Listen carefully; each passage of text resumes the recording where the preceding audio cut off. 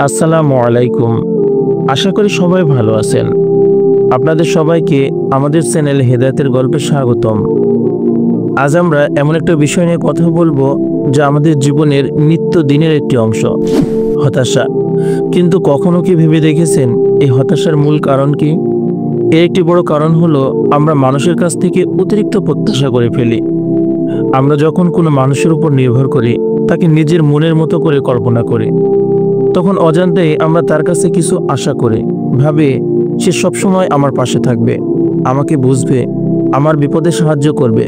কিন্তু বাস্তবতা হলো মানুষ পরিবর্তনশীল। সে তার নিজের জীবনে চলতে গিয়ে নতুন নতুন অভিজ্ঞতার সম্মুখীন হয়ে বদলে যেতে পারে। আর যখন আমাদের সেই অতি প্রত্যাশা পূরণ হয় না, তখনই আমরা হতাশ হই, কষ্ট পাই। মনে রাখবেন, মানুষ সবসময় একরকম থাকবে এই ধারণাটা ভুল। তাই অন্যের কাছ থেকে অতিরিক্ত প্রত্যাশা না করে আমাদের উচিত আল্লাহর উপর ভরসা রাখা। কারণ একমাত্র আল্লাহ অপরিবর্তনীয়। তার পরিকল্পনা মানুষের ধারণার চেয়ে অনেক সুন্দর। তাই মানুষের পরিবর্তন দেখে হতাশ না হয়ে আল্লাহর ইচ্ছার উপর পূর্ণ আস্থা রাখুন। তিনি আমাদের জন্য সবচেয়ে ভালোটা রেখেছেন। যদি এই ভিডিওটি আপনাদের ভালো লেগে থাকে, তাহলে লাইক, কমেন্ট ও শেয়ার করে অন্যদেরকেও দেখার সুযোগ করে দিন। আর আমাদের চ্যানেল হেদায়েতের গল্প সাবস্ক্রাইব করে আমাদের পাশেই থাকুন।